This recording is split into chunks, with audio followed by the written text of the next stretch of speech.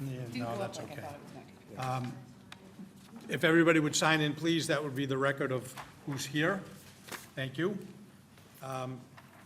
Next item on the agenda is the review and approval of the June 21st Building Committee meeting notes. Can I get a motion on those notes? So moved. Is there a second? Second? Any discussion? All those in favor? Aye. Opposed? The ayes have it. Thank you. The next item is elementary school design update.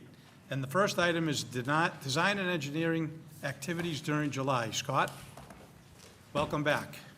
Thank you very much. It's good to be back. I hope that everybody enjoyed a brief reprieve.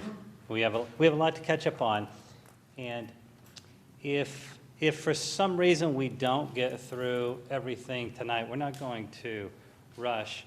The agendas for the next several meetings include building design updates, so we don't think that anything bizarre is happening if we just get to 7:45 or so and take a pause and save the rest of it for next time, because we want to make sure that we get through it and we answer any questions that you may have. There have been a lot of activities ongoing, and I just want to, we had a chance to tour all the buildings again with our engineers. We've had a chance to do some more design work. We're working on preliminary geotechnical investigation and how that might be done. We're going to present that in the future. We've got a draft version of our sustainable and green design analysis and report in hand, and we're working through that. We'll be presenting that in the future. All of the traffic reports are coming to an end, at least phase one, and we'll be presenting that in the future. So we're working with Chairman Sedaris and Daedalus and kind of outlining actually the agendas for the next several meetings and how we'll roll out all of those reports. But tonight is almost purely just design update on our part, so I'll get right through that.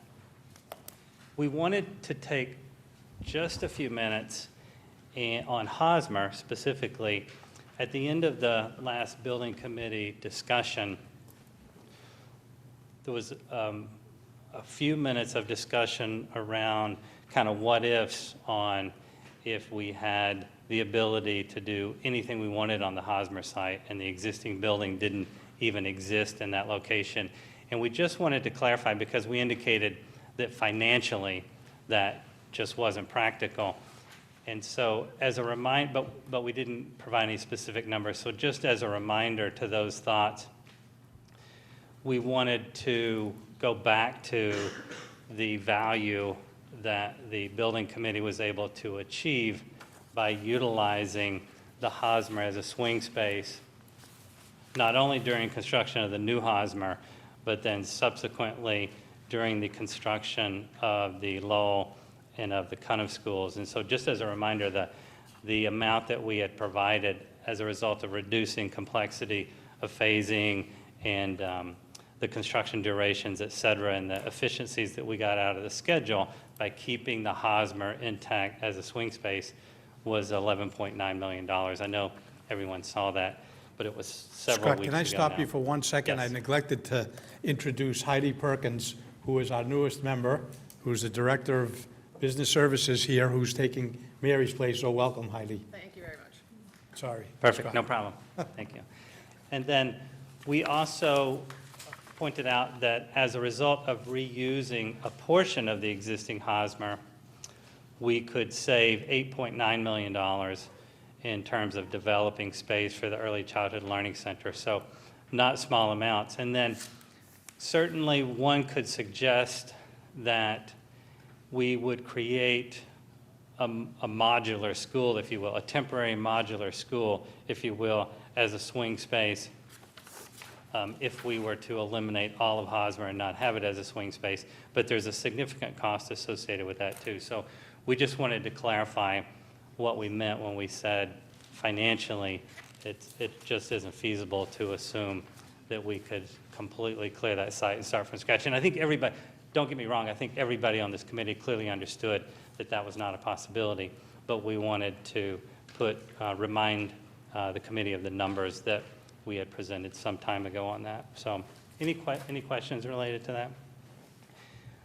We also wanted to talk a little bit about, because it felt like the conversation was a little rushed at the end of the last building committee meeting, and there was some conversation around the possibility of facing a building towards Mount Auburn Street. So we want to take just a few minutes, because some of the conceptual options that we studied a few months ago back in the conceptual phase did include building location and massing that could potentially face towards Mount Auburn Street. So we've pulled up some of that diagramming just for a brief discussion tonight, and we want to point out, in one prior conceptual option that we presented, we talked about if we placed a building mass in the location that you see here, and this is just the first floor plan. This first floor plan, second floor plan, third floor plan, fourth floor plan of a proposed concept that was looked at some time ago. A couple of things happen. One is we need this building footprint to be as small as possible to avoid interfering with the existing Brigham House. And so it becomes a 4-story building. You can actually see we've got a gym dotted in here, but in order to make it all happen, it becomes a 4-story building. And with the conceptual option that considered that, we tied it to the existing Hosmer so that the existing Hosmer could be its gymnasium space. And some of the things that challenged that particular option were the fact that drop-off and pickup would remain on Winthrop Street, so it's kind of, you're coming at the building from the side, even though it could potentially face Mount Auburn Street.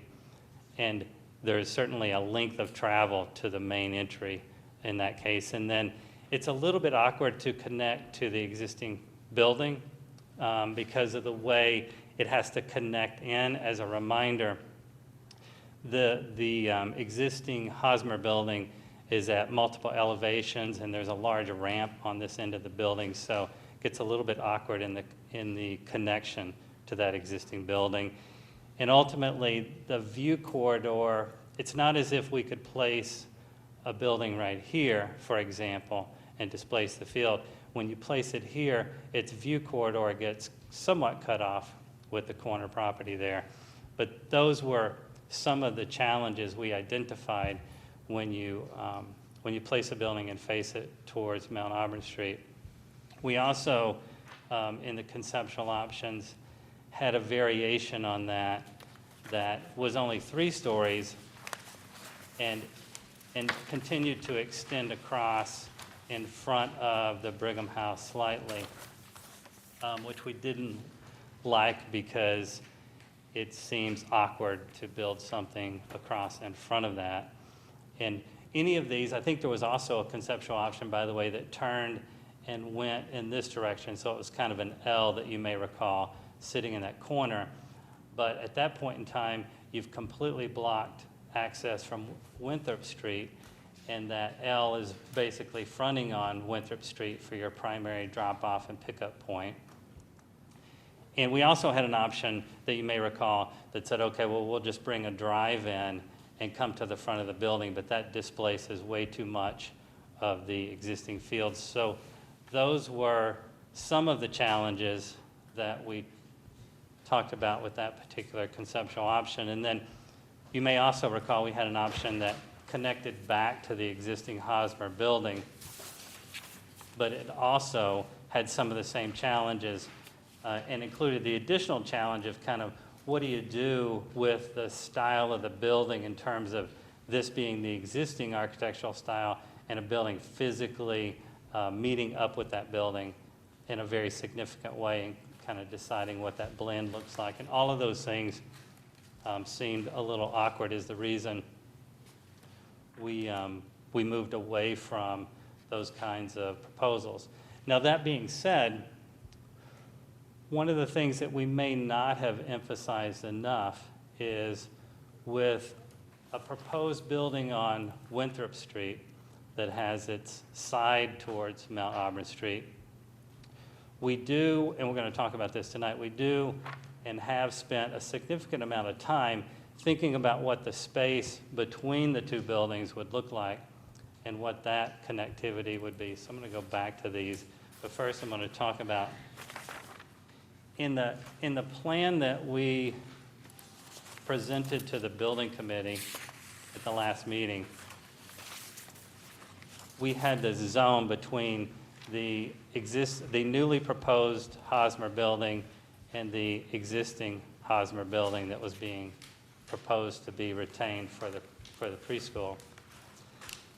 And we didn't spend a lot of time on it, but it would certainly be our goal to develop this outdoor academic space, I think is the way we had it labeled previously, this outdoor academic space as very much a connecting courtyard between the new Hosmer and the existing Hosmer building, with no enclosed physical connection, but certainly a lot of pathways, a courtyard, a play area that's for preschool, some outdoor learning classroom areas that are shaded for the Hosmer Elementary School, and then some pathways that sort of connect that up as a courtyard space between the two buildings. And then I think in here we've included some imagery, and we can go back to this slide, but some imagery of what that might look like from the ground level, from human scale perspective. And so this first image is obviously looking from the number 1 right down the side of the newly proposed Hosmer building.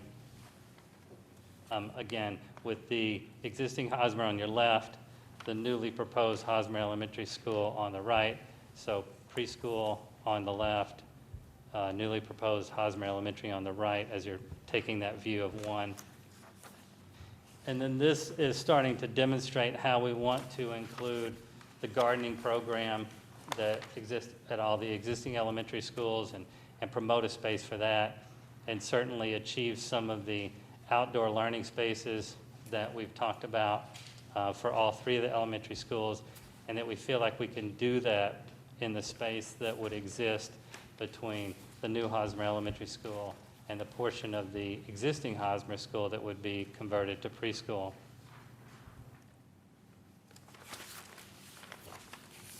This is another view.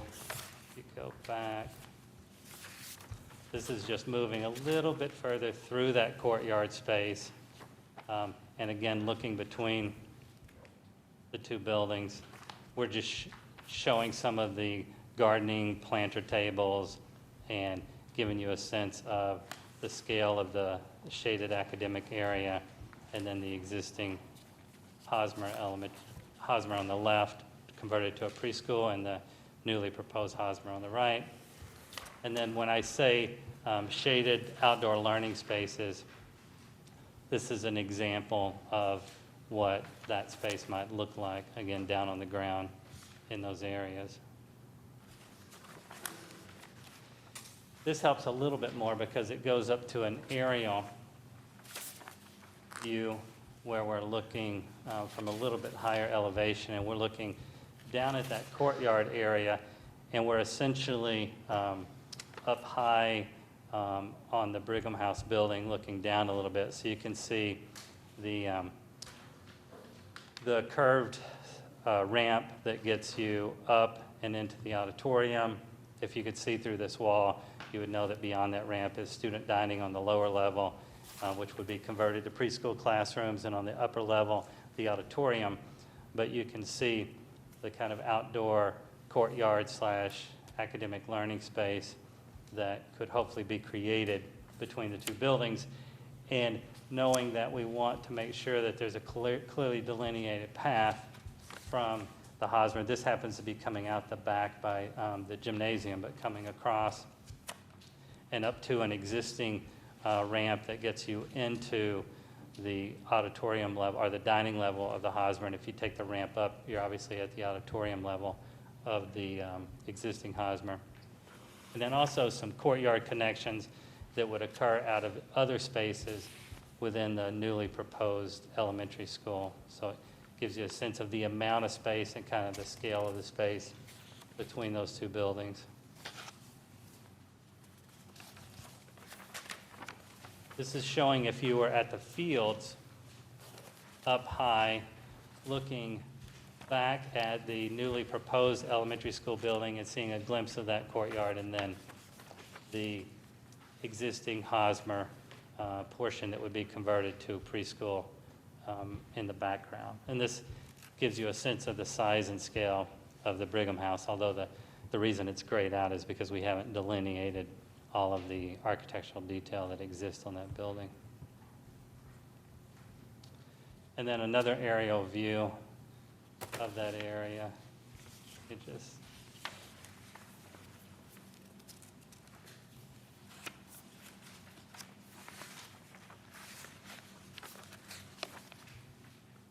Scott, do you have a plan of this? I do. Yep. We, in site plan, because we now have the, Kelly, we're going to have a site plan and then you'll see the floor plan. Following you now. Yeah. We now do have the final survey from the aerial mapping for all three of the sites. And in the future, we'll do a phase 2 topographical and boundary survey, which will include some work on the ground. But for now, the aerial provides us with more accuracy than we've been working with. And this just happens to show the most recent property boundaries with all of the setbacks. The only thing that I want to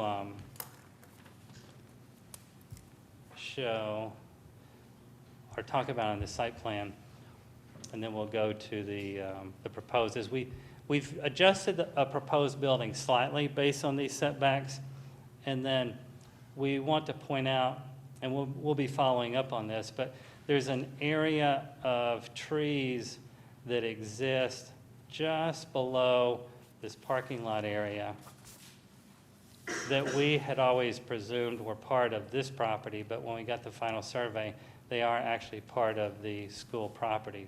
So that helps us some in this corner, and we'll be continuing to look at that.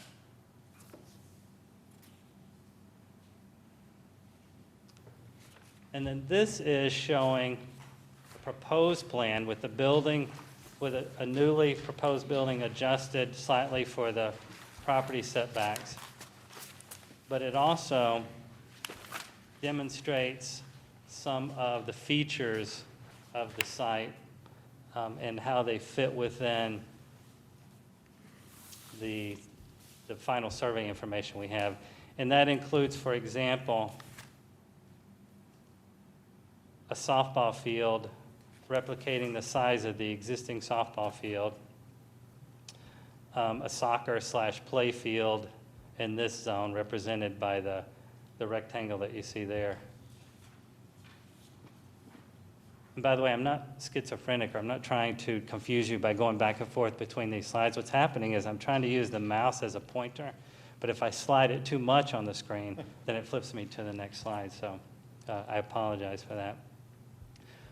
Over here, we're showing a dotted line that represents a U12, again, soccer play field, 150 feet by 225 feet. We're showing the possibility of replicating the sports courts that get displaced by the newly proposed building.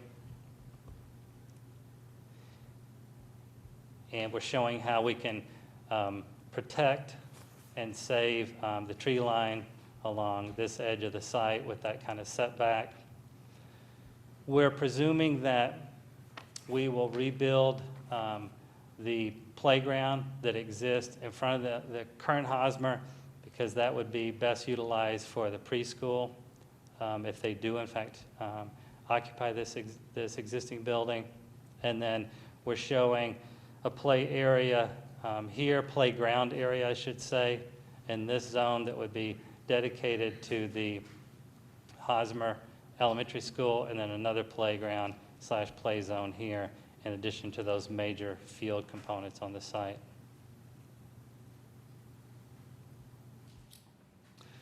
When we were looking at that courtyard, you didn't have the floor plan obviously at that point, but when we're looking up through this courtyard, we've got student dining opening up onto that courtyard, and then we've got the gymnasium on the back corner of that courtyard. We do have to reserve a small service area up to here.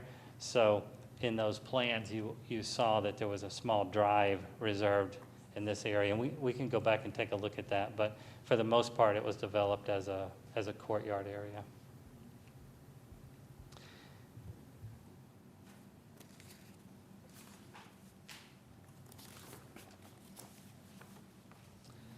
This is this, and by the way, these are essentially the same plans that the building committee saw at the last meeting as part of the approval of the Hosmer Elementary School. There's nothing new in this floor plan. We're just showing it in relationship to the imagery around that outdoor courtyard. And now that we have the final survey information, we are able to talk more specifically about the size of the playfields. But this, none of the other elements within this have changed since the building committee's approval.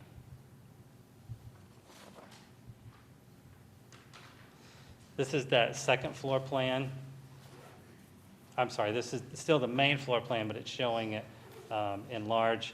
Again, the dining and the gymnasium you can see there. This is the second floor plan. One of the things we have done, and tonight it wasn't our goal to talk very specifically about the Hosmer floor plan, because instead our focus has been more on massing, aesthetics, that exterior courtyard, the location on the site. But for example, when we talk about Conniff tonight, you'll see we're talking a lot more detail about the floor plan, and each of the projects sort of have their priorities, and they're very different projects, so we treat them very different. In the case of the Hosmer, next time we'll be talking more in detail about the floor plan, but we have made some adjustments here. You'll see on the first floor plan, we have moved art and music down to the zone across from the gymnasium. I think we indicated at a prior meeting that we were studying that and would likely be doing that. The kindergarten is still on the lowest level and has its own space within the floor plan on the lowest level. Administration and control is still on the lowest level and in a good point to control security. So we're beginning to focus more on the layout of that. And as I said, the dining is in a location which we think makes it central to the school, but also makes it convenient to the outdoor learning space.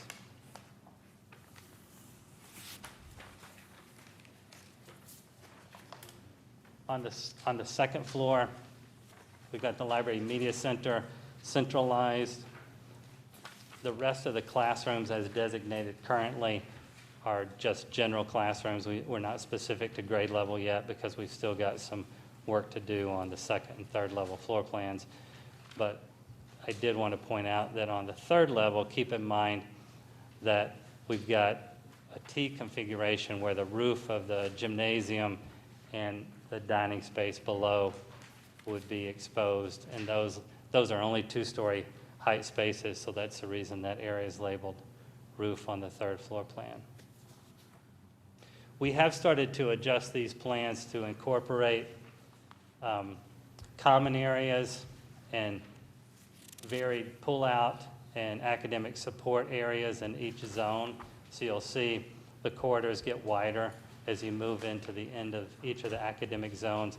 And we're showing a central space now, so we've started to build into the floor plan those kind of spaces. And those are the kind of things we'll be talking about the next time we look at the Hosmer and the floor plan, but we sort of didn't focus as much on the floor plan over the last few weeks as we did on the exterior. Scott, before you go to that, just real quickly, back at view number 4, it shows some pretty blank white wall sections. And looking at this, it looks like they're on third floor. It looks like those are the backs of classrooms. Was that just, you hadn't gotten to that part yet, or I would assume there'd be glazing in there? Which one? If you go back to view 4. It's a part that's still, that's like just still being developed. So, Still being- Right, Fine. that's right. I assumed, I just wanted to Yep. make sure. Yeah. That's right. Right.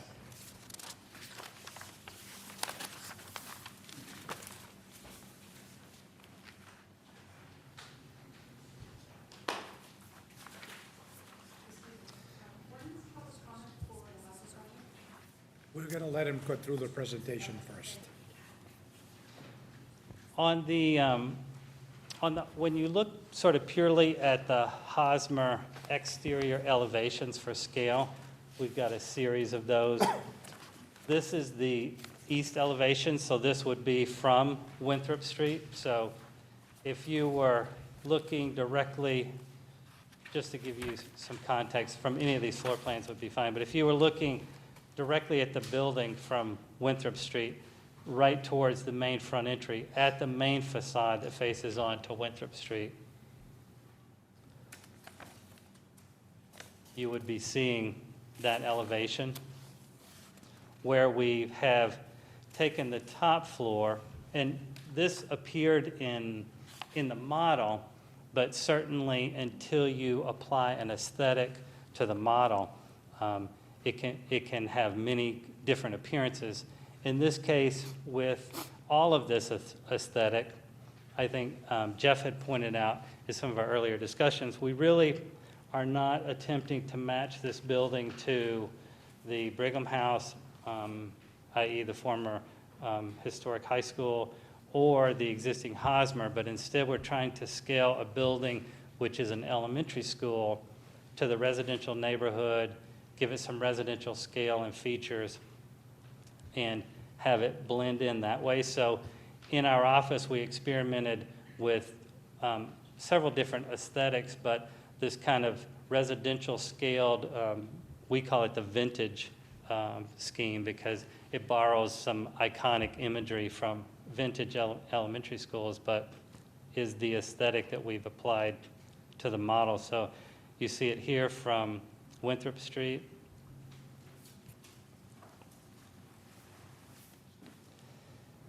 And then this would be its face towards Mount Auburn Street. And the reason it's shaded lighter from about the midpoint over is because, keep in mind, that portion of the building is back from you. It's just the portion from this location to this location that would be closest to you. And by that, I just show and plan. By that, you can see this portion of the building is going to be closer to Mount Auburn Street. So when we show it in elevation, we're showing that as more prominent, and then the piece to the right is in slight shadow.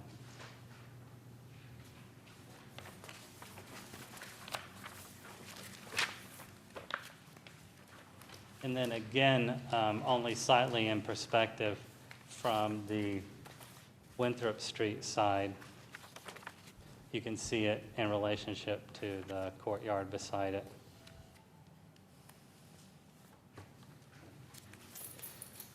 And then if you were at Mount Auburn Street, looking across the fields, these are the faces. We consider this sort of the side of the building, still the side of the building, and then the portion of the building that turns and goes towards the existing Hosmer School. Still keeping with that residential scale and aesthetic. And as Steve points out, and as Jeffrey affirmed, this is not intended to be, a finished perspective model of the building. We're intending to give it some scale, start to give it a little bit of aesthetic, so you can get a sense of what we were thinking when we used those terms before.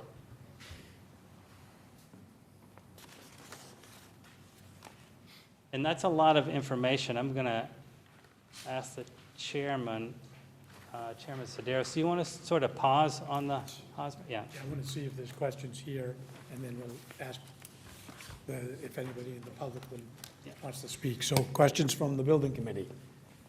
Kelly? Hi, the architects are down here, so I only have a couple of comments. So I guess the first thing is, Scott, the materiality that you're thinking on the residential scale, are you thinking like hardy? I'm not seeing any masonry. Right. With this aesthetic, we think it's likely somebody's composite board, whether it's somebody's cementitious composite board, like a Hardy, or some other more, they make more substantial and thicker boards, but something that is very long but lasting has integral color, we don't want to have to paint anything here, has integral color, and that replicates the kind of look of, for example, a siding appearance to get that residential scale, yeah. I'll let Leo speak more to the architecture of it, but I guess my word of caution, and I'm, very aware that this is in the beginning phases and we had to apply some aesthetic to it, but I just want to remind us that it's a school and it's not residential. It's not an apartment building. So I think at the end of the day, it still needs to look like a school. Sure. And I don't think it needs to look like an old schoolhouse in the prairie, but just, I want to make sure that we're speaking to the future as well. Because for me, it's hard to differentiate this as a school and not an apartment complex.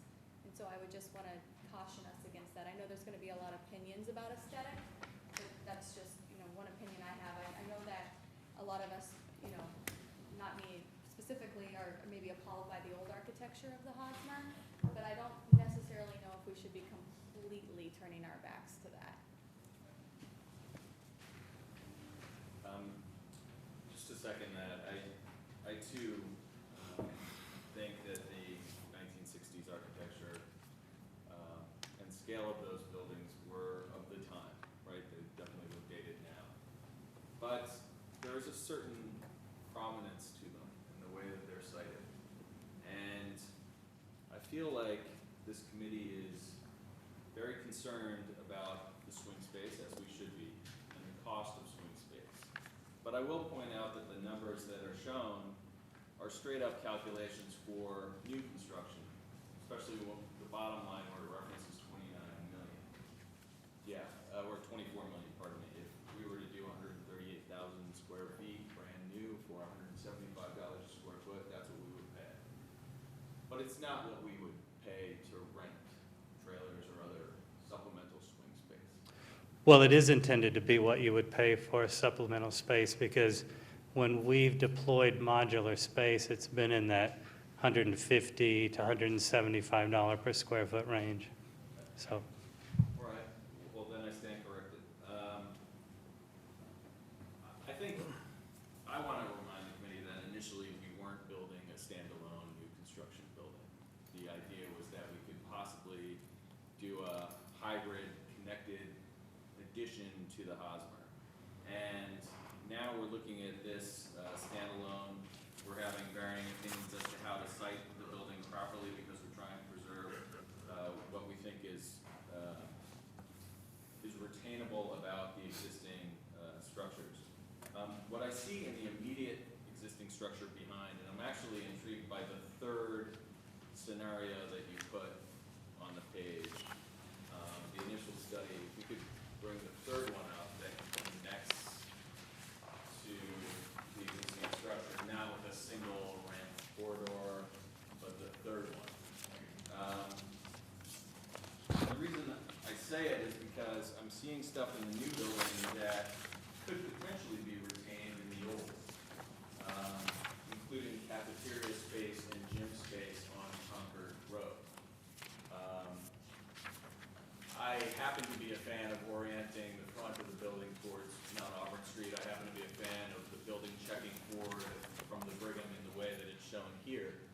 My design ideas don't really count. You're producing the design, but I see benefits to this plan in the sense that we're connecting to an existing structure that has future life to it. We're trying to retain the 2002 portion, which was the recent town investment, and do what we can with the other portion that remains. The Z building has been deemed not viable past the swing space lifespan, which I'm not going to argue with either. But there is something about the efficiency of saving the money to connect to the existing building that I want to point out. And then just to comment briefly on stylistically what you've proposed. I don't really know where it's coming from. I have seen this style, this farmhouse barn style in more rural communities. And I'm not sure what it is about Watertown that is thinking that this is where we should be going with this building. especially since the existing architecture is kind of like, you know, mid-60s contemporary modernist. We don't need to go there again, but can't it be of this time rather than a recycling of former historical styles? And also, are we really trying to blend into the residential community with a brand new civic building? I'm asking myself that question. Do we really want the pitched roof aesthetic? Do we want to blend in to the surrounding neighborhood? Or, for the value of the investment, do we really want the Hosmer to look like a brand new, beautiful elementary school? And certainly from the most prominent road, which is Mount Auburn Street. So, just a few comments for consideration. John? Yeah. So I appreciate all the time that's gone into making the presentation and the work that you've done so far, but I echo some of the comments that have just been made. And I brought this up a little bit at our last meeting towards the end, but I do have some concerns about a couple of things. One is kind of the 2002 and the 1950s part that we're talking about keeping of the Hosmer, kind of fully utilizing that. I mean, if we're going to fully utilize it, it has a gym there, it has an auditorium there. In our last meeting, there was kind of questions, is what would happen with that? Are we going to really develop it? And we kind of like not sure if we're going to completely develop it. And I think that's a decision we need to make, because I don't think we want to construct a new building that is going to be sited based upon that other component, the old Hosmer piece staying there, and then 10 years or 5 years down the road, we tear that down. I think that would be a odd set of circumstances. But, so I think we need to decide, are we fully utilizing it? And, you know, do we need that gym? If that gym is there, then should it be part of the Hosmer?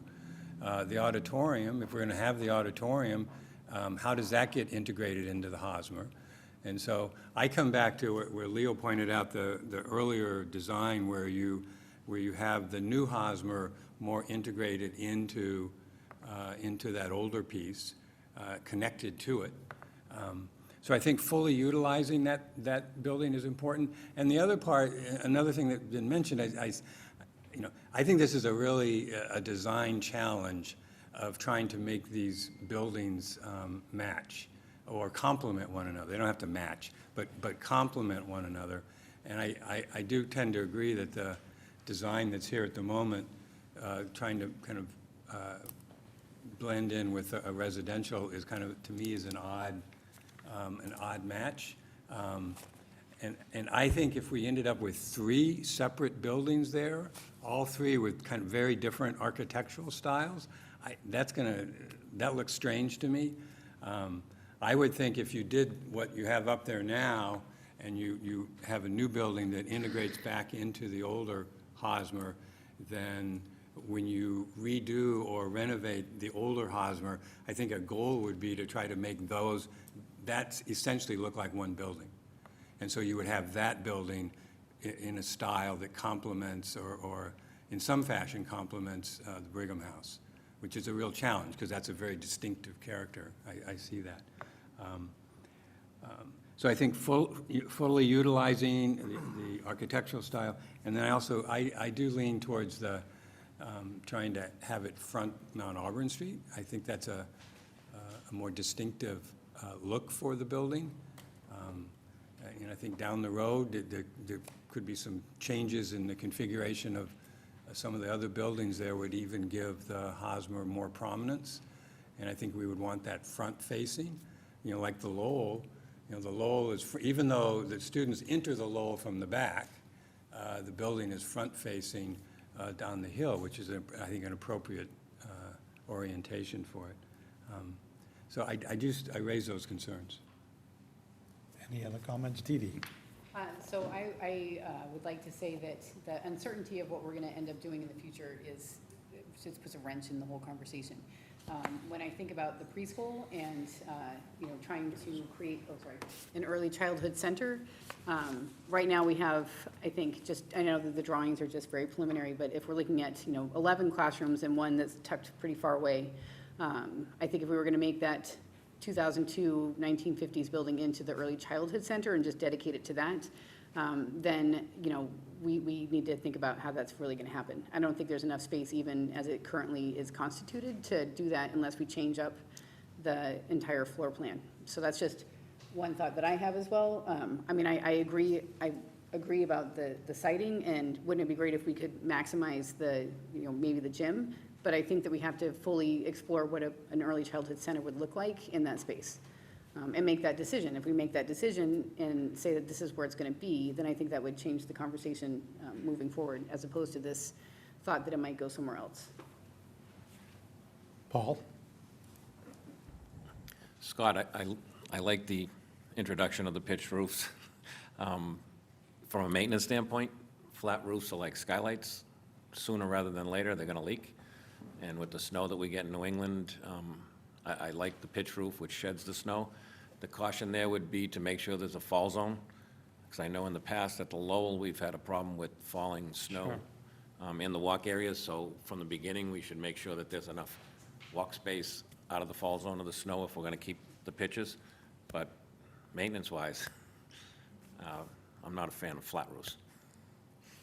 Steve?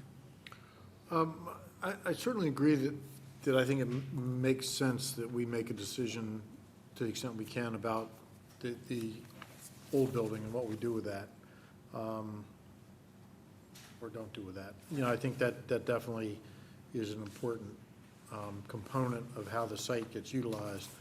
I kind of agree with, I guess to some extent, Paul's comment, not necessarily just that it's pitched roof, but I like the aesthetic of what you proposed. It definitely contrasts significantly with the existing building, and how well that does or doesn't work together, I guess is a consideration. But I do think it gives an aesthetic that, you know, I could see the school sort of adopting that pitched roof with the, you know, the red pitched roof with the whatever you call it on the top, cupola on the roof, as sort of their, you know, their insignia or emblem or whatever you want to call it, that, you know, becomes very prevalent in the school materials and things of that nature. I kind of like it. Okay, Larry? Also tying in with maintenance, I don't disagree with anybody, but we have had a lot of problems in the past with the Hosmer building, but a lot of buildings across the country when we combine two different buildings and we see them together. And that's where we have a lot of leaks, we have a lot of issues. So if we are going to tie it, bringing those buildings together and at that seam and making that area join together is going to be extremely important, because that's not something we want to have a problem with if we do combine the buildings and link them together. Lindsay? It seems like, as Dee Dee pointed out, we keep on coming back to this idea of what you use the old space for. You can't get past that, right? And so, like, if you knew you're definitely going to say, yeah, we're going to try to put this bigger preschool here and stuff, then that's an important decision. And it would completely change sort of how back and forth we are about the use of that space.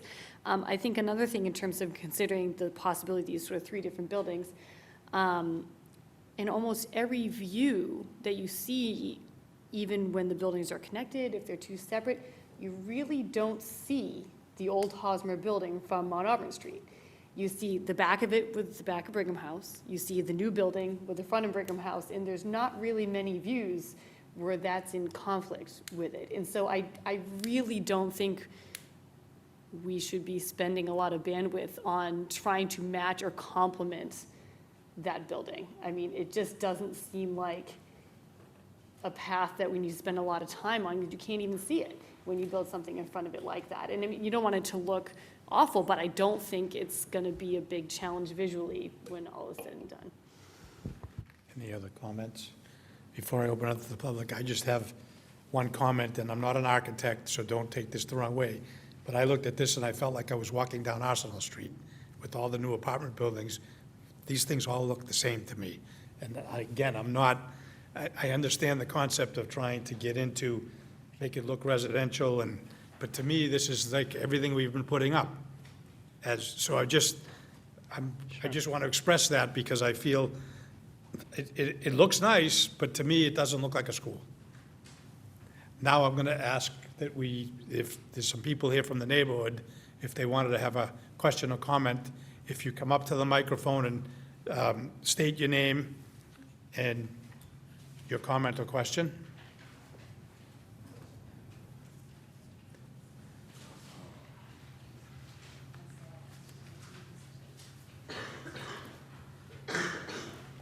Good evening. This is my first meeting. My name is Anne Marie Clonin. I am here with my husband, a Winthrop Street homeowner. And we just found out about what was going on with the plan, so I'm not up to date with all of the minutes and the agendas. I know that I do have some concerns about the conversations that have happened about redistricting, and I think that that is a big component about the volume of children that will be going to school and the amount of cars and traffic and the impact in the overall neighborhood and the construction moving forward. One of the things that is most concerning, other than the view, that will seriously impact what we look out our window and engage in the neighborhood in, is the fact that I haven't really heard a lot about conserving the open space and the green space from the Mount Auburn. I personally think it is one of the most beautiful views in the town when you're driving through Mount Auburn from any side, for our visitors, our businesses, to drive down Mount Auburn and see as much open green space as possible. As the last presentation where the building is built out somewhat on the Winthrop Street, but it goes into the field. It takes away the basketball court. We're now hearing that potential trees that have been there for a significant amount of time will be removed. It relocates, living space between the building and puts green space and outdoor living space between the building that children have historically played out on the field on. Some of the comments that were made about connecting the schools, we've watched over the last 25 years all of the changes. There was a comment about obstructing the view from the Brigham House. Personally, I have concern about obstructing the view from the neighborhood, because right now the Brigham House was rented or leased to the building component of it. I'm not sure why that is a bigger concern than the residents that have been there and will continue to be there for a significant amount of time past the 75-year lease program. The comments about connecting the schools and about the quality of the schools, I've been in the school for many different occasions. I know that it appears to me that there's many underutilized areas in there and areas that could use some significant help for the quality of students' engagement in the school. Rather than building an outside area where they go out and maybe for 1/3 or quarter of the school year, they actually get to engage in outdoor learning in New England community, especially when we start to talk about what's coming off for snow removal and off of the roofs. I'm concerned about the snow removal in the neighborhood, the relocation of the playgrounds and the traffic now in multiple areas and how that will flow for children, the safety of the children when we start to talk about what's happening on the Mount Auburn traffic. I won't go on, I'll let other people come up and speak, but I have a long list of concerns, and tonight is the first night that we're here. I'd be more than happy to put those in writing and rally other comments from the neighborhood, because there are some people that are out of town that we've talked to, and they didn't even know that this was happening, and they have many comments and many concerns to add. So if somebody can tell me how you would like to hear that, I'd be more than happy to rally that for you. I'll be more than happy to speak to you afterwards. Okay, and yes, I speak quickly, I'm sorry. That's okay.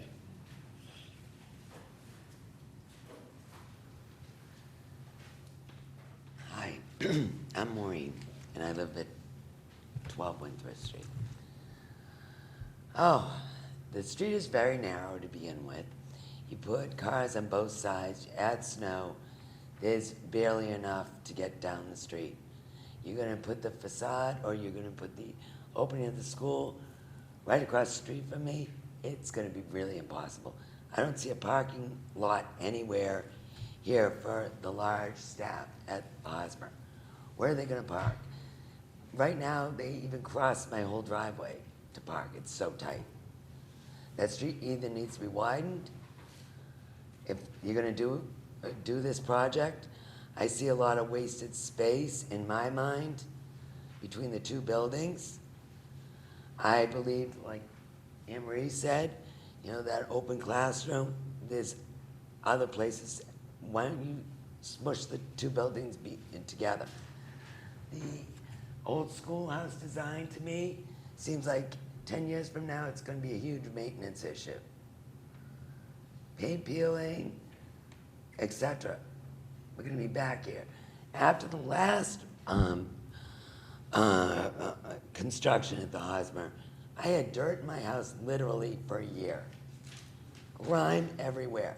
I told them to cover the dirt piles. They weren't removed for a year.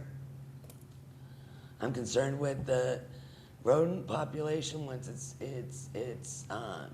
that land is dug up.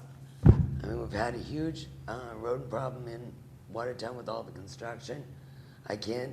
I'm sick of looking at rats go across my front lawn. What else? Oh, there's a whole slew. I'm distraught completely by pulling up that much of that field. It's been a joy for the last 40 years to look out there and see children playing. I'm really distraught that much of that field has to be used for the school. I'm distraught that the playground is on the other side, where if a parent came to watch their child, like Tom was saying, watch a game or a softball game, they have to walk like a quarter of a mile over to the other side of the field to go to the playground. I know you showed playgrounds, but I was disappointed when you showed the facade from Mount Auburn Street that there were going to be little playgrounds there, but you didn't show it in the slide. I would have liked to have seen that to get an idea of what it would look like. I always loved that East Junior High School, the whole facade of it, and I'm disappointed I'm not going to be able to see it. Can you go up higher in the existing Hosmer? The other thing too is security. I know a lot of the Newton schools, what they've done is the whole first floor is, public areas. The children are not public does not have access to the children on the second, third, and fourth floors. For security purposes, is that gonna happen here? I mean, are the children gonna be safe? Children will definitely be safe. Well, you know what I'm saying, that the Newton schools at least lock all the doors so the children have the top floors. The meeting places where parents come in don't have access. Again, right now, these are very, very preliminary, Maureen, and others, and we will be soliciting more public input as we move along. And you see there was some comments from the committee tonight, so again, thank you for coming, but some of your concerns will be addressed as we move forward. Some of them we can't address tonight. Like the design of the small playgrounds, But you can at least consider them, the troubles we have on Winthrop Street being so narrow, you add snow to it. It's gonna be very, very difficult to maneuver and everybody be safe. Points well taken, thank you. All right, thank you. And then you.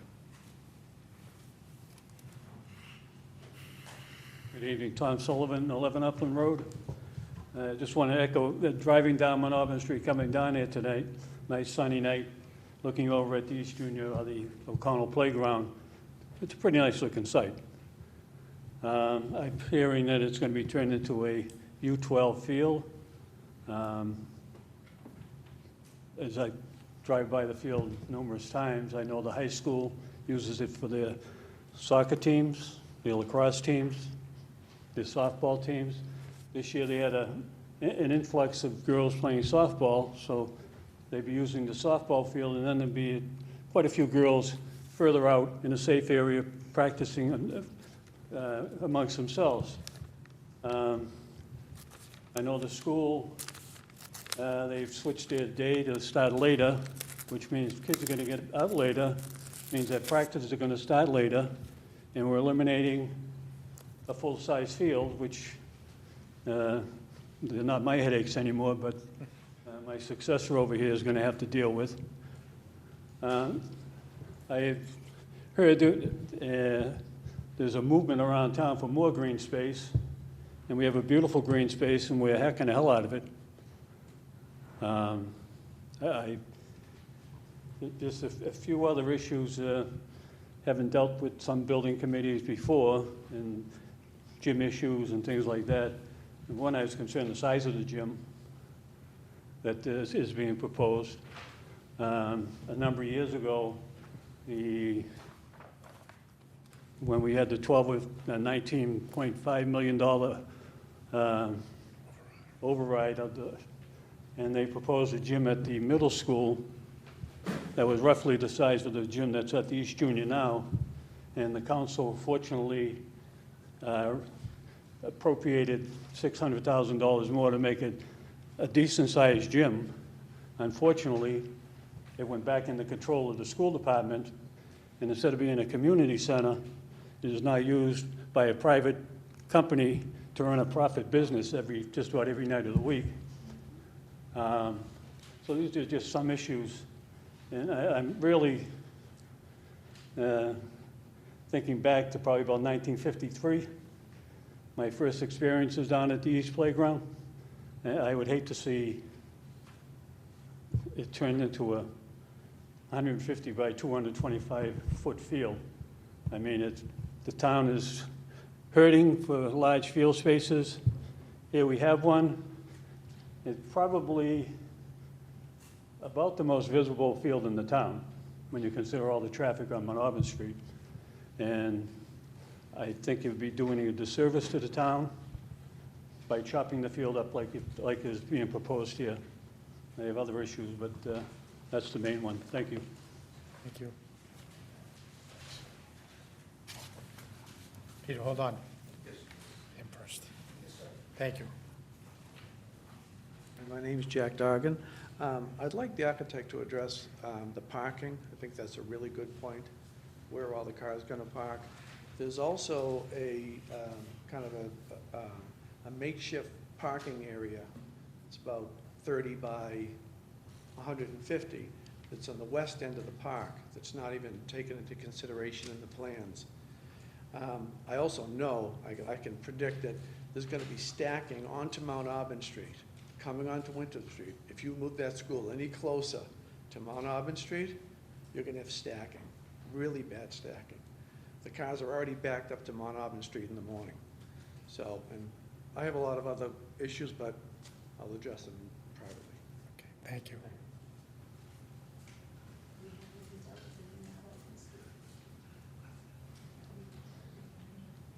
Good evening, Pete Santola, Director of Recreation, 25 Thurston Road. And first of all, I know this is very difficult. I know that we want the best schools, and that's really what we really need to focus on. However, I think the original plan, when I've been coming to a lot of meetings, when I heard it was going to be 120 million, there was going to be some portable classrooms, and then we were going to be fine. To this, it's really disturbing to me. I would agree with Tom. Of course, I always do. He coached me, and he was my boss. I know I have a lot of bosses here as well. But that open space, people talk about open space, open green space. Forget about the athletic use, which is secondarily. Just to go by there and see that big open space, it's really not matched almost anywhere in the town. So aesthetically, it's beautiful. And then functionality. I was just at a meeting last week, and we're trying to find big fields for our student athletes at the schools and our youth groups. And we're going to cut it up. The other thing that people don't understand, it was a good point where if I have a younger child and I'm watching my daughter play softball in the playground, right now it's perfect. It's a perfect scenario. And I think the way it's set up. I understand your job is very difficult. I'm not an architect, but I would like reconsideration of doing this. Is there an opportunity for swing space at the middle school? Is there opportunity for swing space at the Phillips School, or a combination, or temporary? But to lose this field the way it is, I think would be a shame. So thank you for your consideration. Anyone else wish to make comments at this point? I'll turn it back to the committee. Are there any other questions right now on, John? A comment and a question. So one is that the point I was raising before about considering kind of moving it back into the building, into the existing 1950, like the one drawing that there's on page 7. I mean, it has one advantage to the point being raised of kind of maintaining as much possible of the open space. It does more so than what the proposal of a more standalone building is. And then the other question I want to come back to, and this was brought up by one of the members of the public, and I think we had a discussion about this, but I don't remember the resolution to it, that the parking that's on Boylston Street, the kind of informal parking, that has not been included in anything. What did we say about that parking? Can it be used? Can it not be used as part of green space here in expanding the fields, or what's the situation with that? I'm assuming it's town property. John, are you referring to the lot that exists on this side? When you say the informal parking? On Boylston Street, though. Yeah. No, on the west end. Yeah, The field. that all remains in place. We're not proposing to modify that. Well, I'm just, the question is why? Could it be part of the field? I don't see why not, but that Well, was that's- not what they were, That's- we could include that as part of the scope of work. Right. I mean, now, what's the status of it? It's just simply land that people park on? Yeah, Yeah. it's informal parking area. There's no, Well, there's some no, is paved and some of it's, most of it's unpaved. There's no stormwater retentions. There's no carved out parking spaces. It's just dirt.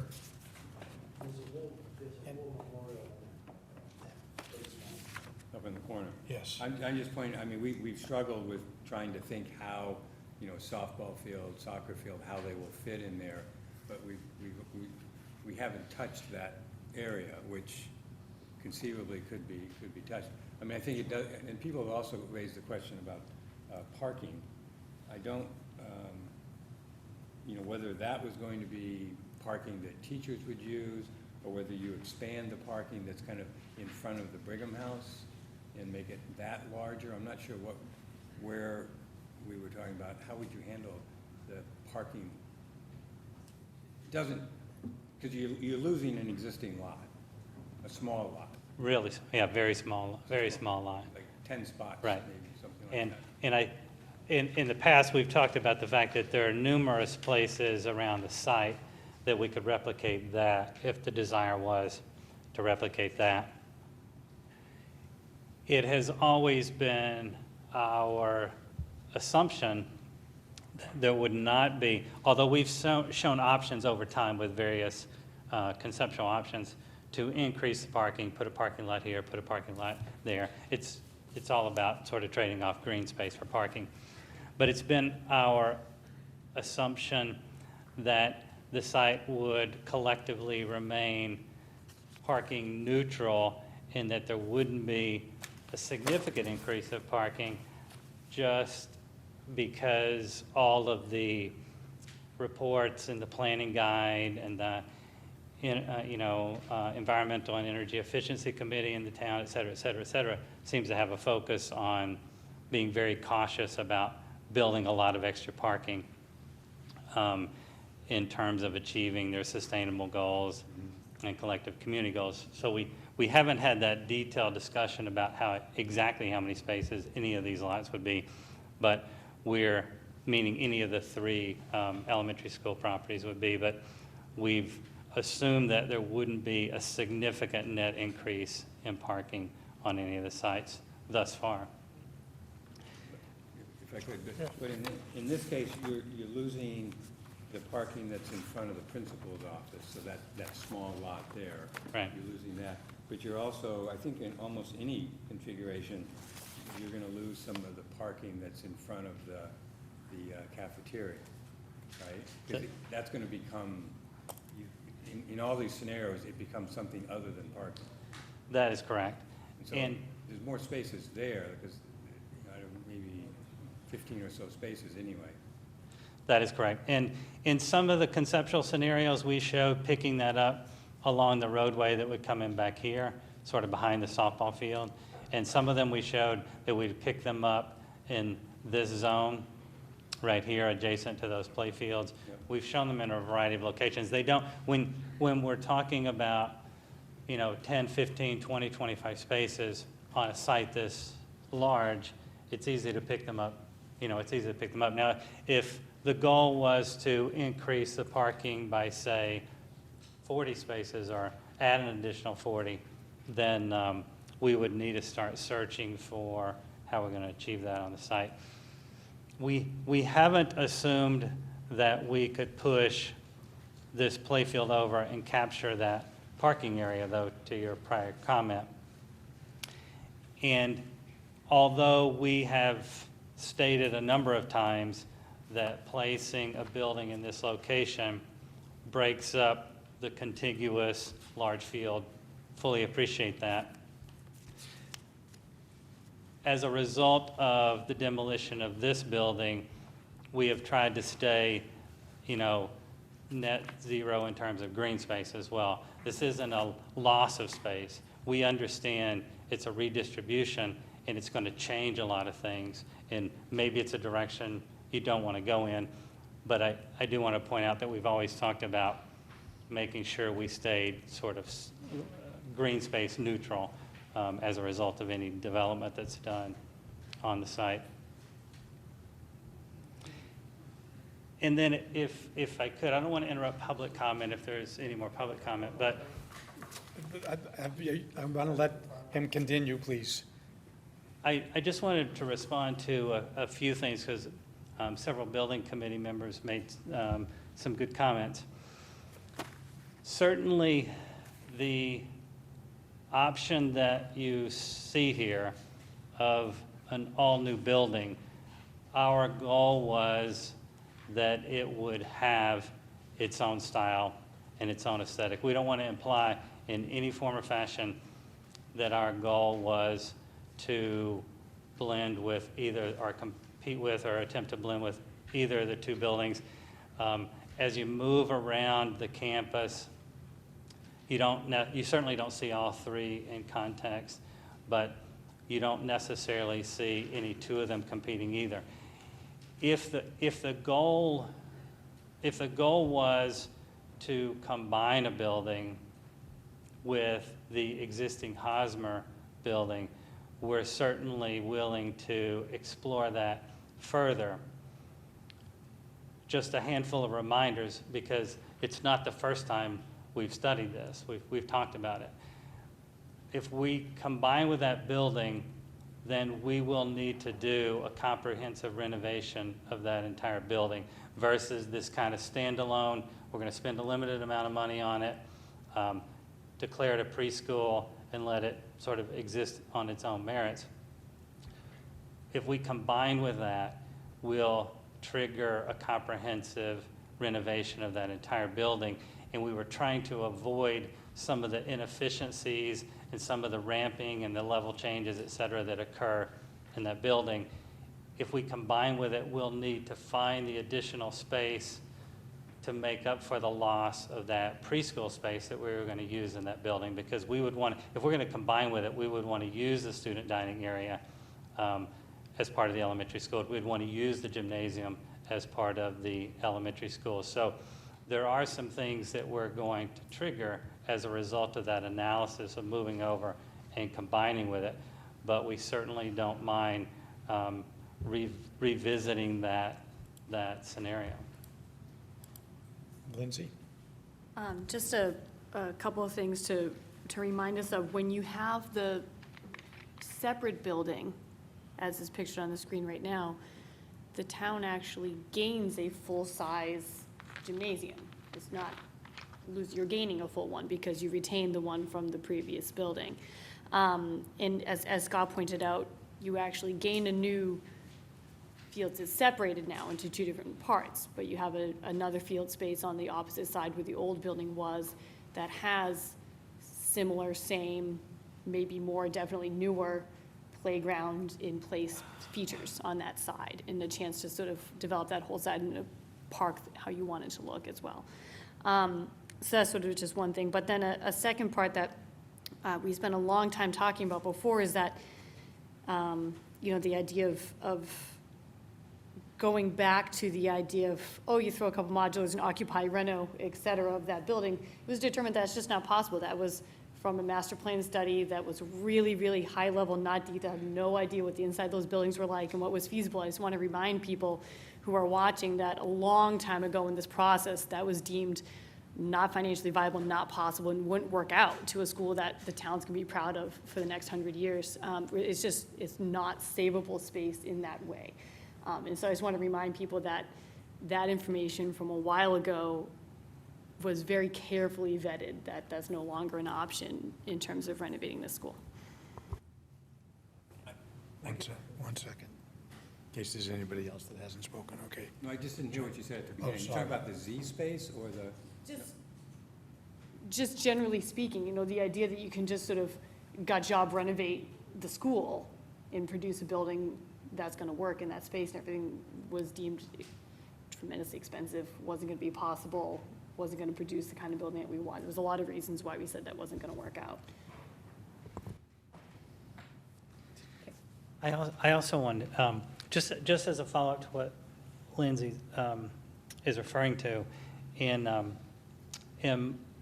a number of different reports and analysis, it was going to be more once a full analysis was done on the existing Hosmer, and there was an understanding of the level and complexity of the renovations that would be required to bring that up to 21st century standards, there was an analysis of what if you just kept the existing Hosmer, you comprehensively renovated it, you pulled students out, you renovated a portion of it, you put them back in, you moved another group of students out, you renovated that portion, you moved them back in. And that was a very expensive scenario that was costed as part. And at the end of the day, you've basically still got the Hosmer School as you know it today, except that, it's got new finishes, it's got new systems, it's got new windows, it's got a new roof. It's new, but it's essentially the same Hosmer you see today. And that was deemed very expensive. I wanted also to comment on sort of the aesthetics, if it is going to be a new standalone building, the aesthetics of what we presented, because certainly even among the building committee, there are always going to be variations of such a kind of subjective thing. Even in our office, we have 3 completely different versions of that building. So aesthetically, and the group here can testify to that. We literally have three completely different versions of it. So we understand that it may take, assuming whatever direction occurs tonight, we want you to know that we understand that if it does remain a standalone building, that there'll be continued analysis sort of aesthetics and what it looks like, it feels like, et cetera. That's a relatively minor issue compared to the decision about whether it is going to be standalone or we want to revisit engaging the existing Hosmer building. That's a much more kind of significant decision in terms of future direction. Now you, please go up to the microphone. I'd just like that, does the architectural firm know specifically how many parking spaces exist within the school area? We do. It's actually Vertex Engineering, our site and traffic consultant, that has done that detailed analysis. And so at this point in time, we not only have the detailed count on all, lined and unlined spaces, but we also have completed all the traffic counts around the site. We have their draft report, et cetera. I don't know that number off the top of my head, but we do have that information. It's well above 50. Well above. It's probably closer to the Okay, we can't have a back and forth, unfortunately. Yes, ma'am. Yes, please. Just because that's the only way the microphone for cable will pick it up. And Jack has a very valid point about the number of parking spaces and the ones that you accounted for in the different sections around the plan, as well as the spots versus the utilization of the parking lots, because the utilization of the parking lot doesn't always follow the spots. And for those of us in the neighborhood, we constantly see the overflow out of the parking lot, onto the streets, over our driveways. And then any given school night, there are parents that are parking anywhere and everywhere to go to an event. You add a building the size, a new building, or any building that you're talking about the size, I would think one of the first things that you would consider is the parking and the flow, but that's me, I don't, you know. When I go back to the open space, and we talk about the open space and accommodating or replacing it, moving, and I understand the quality of the buildings, and trying to take something that is damaged and refresh it for the students. And I've been in many other school systems, because we educated our children outside of the Watertown school, because I live, and I've seen the inside of the Winthrop, and I didn't want my child in that quality of a building. That's one of the reasons.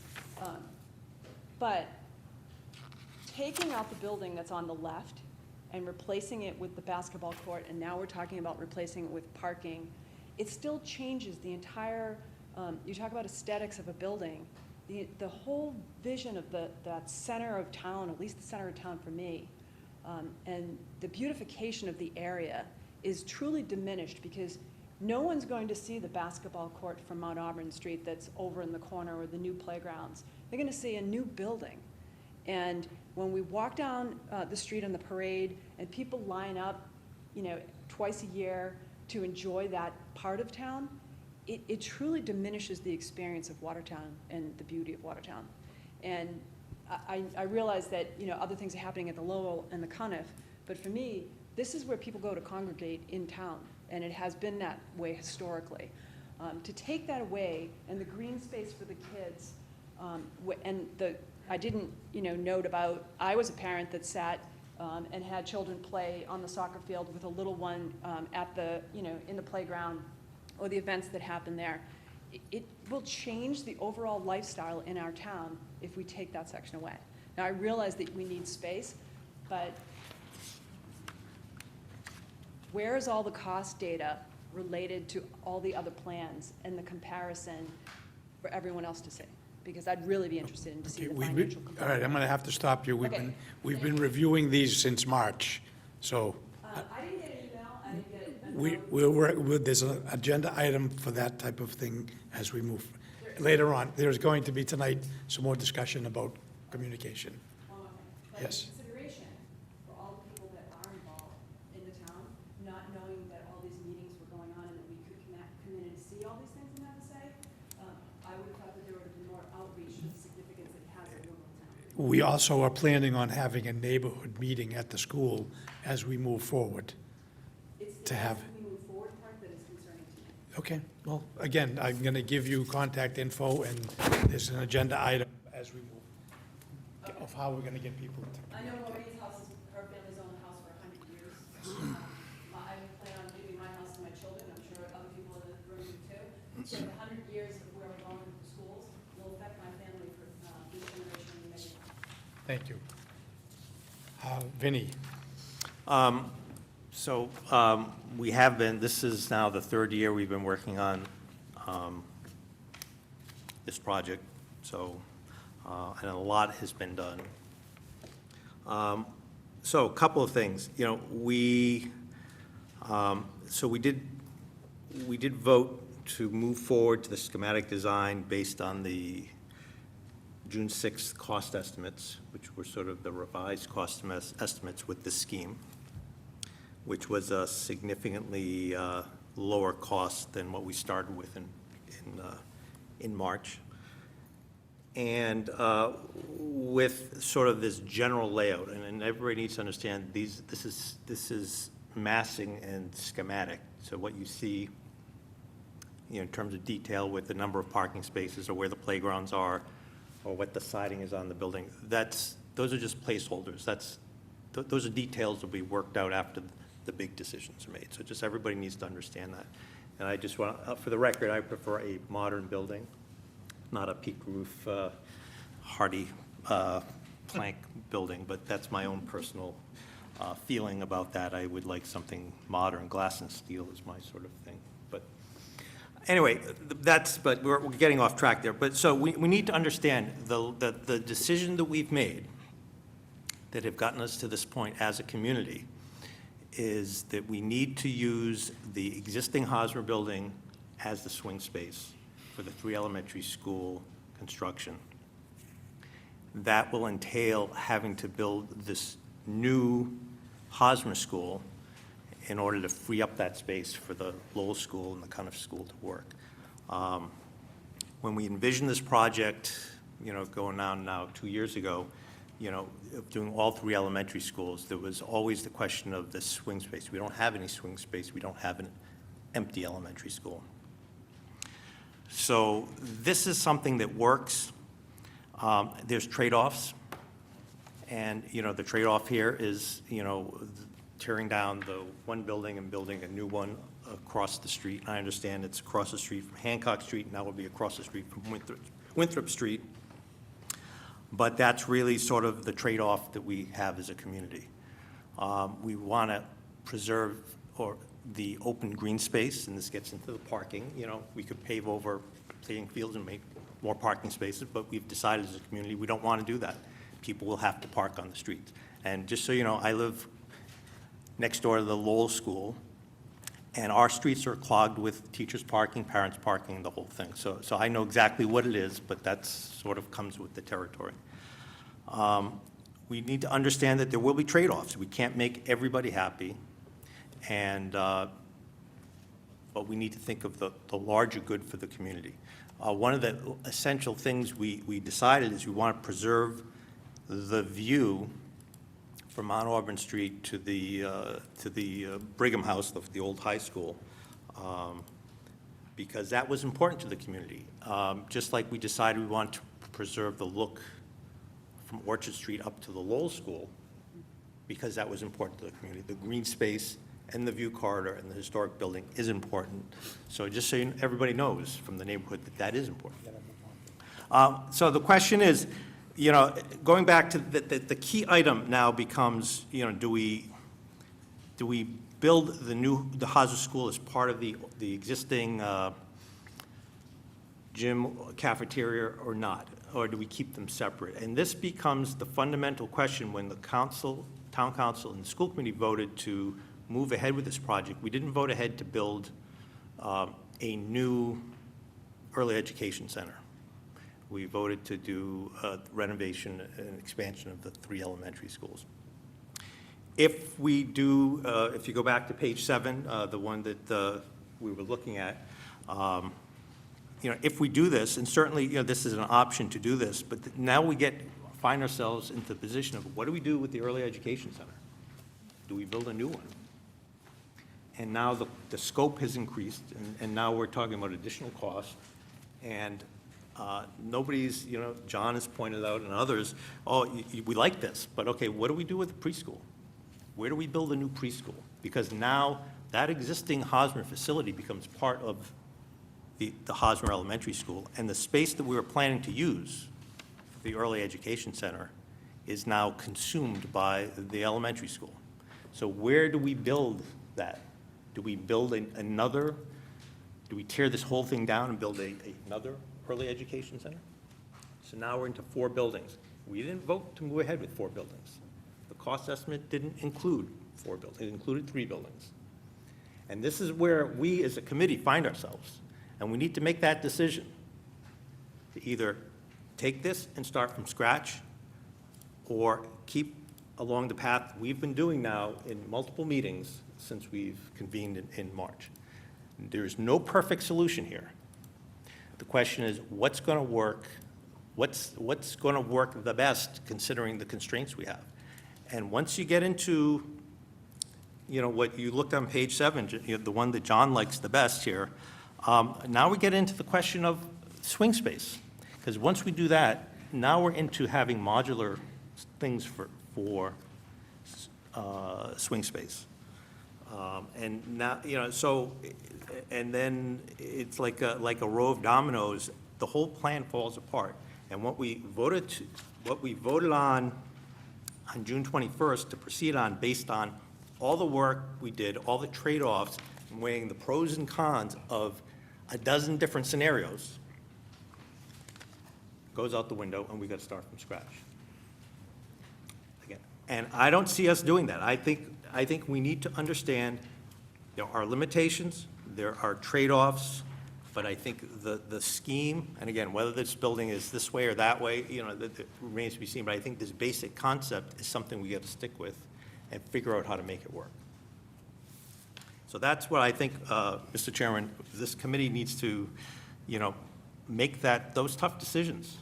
And, we could start from scratch, but I think we're now in August, and I think, we can't afford to waste what we've done since March. John? Well, I appreciate the comments, Vinnie, but I guess I don't quite get it, because even the page 7 here, the way Scott has drawn this up, which kind of, it has 13 preschool rooms on it, the way he's configured it. So it doesn't, we're not giving up the preschool. I mean, the preschool, when the council and the school committee voted to move forward with this, the idea was to have a preschool component as part of the Hosmer. That's what we agreed to. And this actually has it. It has 13 spaces that, if I read correctly, that are identified as preschool, which is the number we talked about. So it is there. I mean, it could be maybe configured in different ways, but it is, you do have that. And I don't think this, in my mind, this doesn't change the swing space strategy. I mean, I think you still can do the swing space. The challenge is, it's going to be a little more challenging because if you did something like this, you're going to have the new Hosmer, the kids in the new Hosmer, and the Lowell and the Cuniff, when they're in the old Hosmer swing space, they're going to have to be sharing probably the cafeteria. So they would have to be sharing that. So they have to figure that out as a scheduling challenge.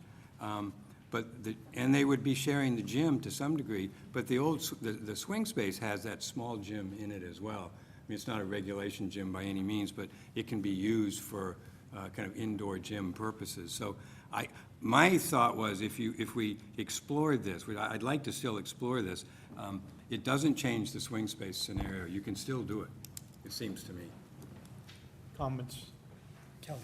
Yeah, my only comment would be just what Vinnie alluded to a little bit is just schedule. So, we're officially in the schematic design phase, and so I think it's going to be really difficult for us to come to a singular decision.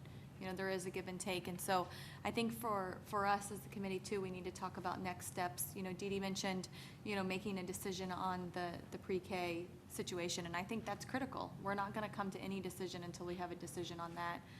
Similar, the traffic patterns, obviously we're hearing a lot of concerns about that. Scott mentioned there's a study underway that we have not seen yet. That could change some of the architecture that we're seeing as well. So I think a lot of the comments that we're discussing tonight are very helpful and useful, but I think those two things need to happen first before we really make any final decisions. But at the same time, I think, we've really just got to keep that deadline in mind. For us, it feels like it's miles away, but, these conversations can literally go on forever. And so for us, I think it's our job to create tangible milestones and decisions that need to be made. I'm going to kind of go off a little bit because I don't like milestones, because we have conversations from people tonight in the public that said, we never heard about this. So I'm not going to be stuck hard and fast, and I don't want this committee to be stuck hard and fast that we got to wrap this up by September 1st. If we have to have meetings until October, until November, until December, until January, that's what we're going to do, because we will have multiple conversations, because this is a very public project that's going to affect this community for the next 50 to 100 years. So we have some potential milestones here that have already gone out the window because we're not going to get through what we have tonight. So maybe we call them soft milestones, but I might like that better.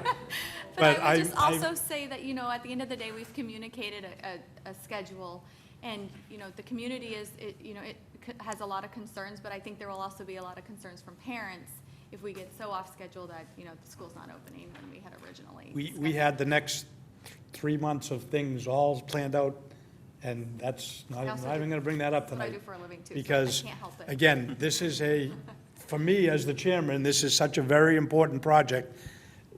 We will stay here and do this, and we're gonna try to get it as right as possible. Are we gonna make everybody happy? Probably not, but we do, I'm not gonna be hard and fast stuck on a date that this has to be done by. So please bear with me. I'm really difficult about things like that, but I want to make sure everybody gets an opportunity to weigh in. How does the committee want to proceed from here on the Hosmer? Mr. Chairman, if I could just Scott. respond to a couple of things Kelly said, though. In our minds, and maybe we misinterpreted, but in our minds, the preschool, we've presented an option for how 13 preschool classrooms could be provided to the town at a very reasonable cost. And so in our minds, that is settled in that it fits, it works. It was in the last budget we presented. Certainly any deviation from that would change that. But in our mind, we have provided for that in the solution. Now, if the town did decide that they wanted to build a separate new preschool, that's obviously a separate matter. And with regard to the traffic report, I just want to point out, the traffic report was done knowing how many students we're placing on this site, where the potential additions will go, where the potential drop-off areas will go, the number of trips that are being made now, all that's been adjusted for.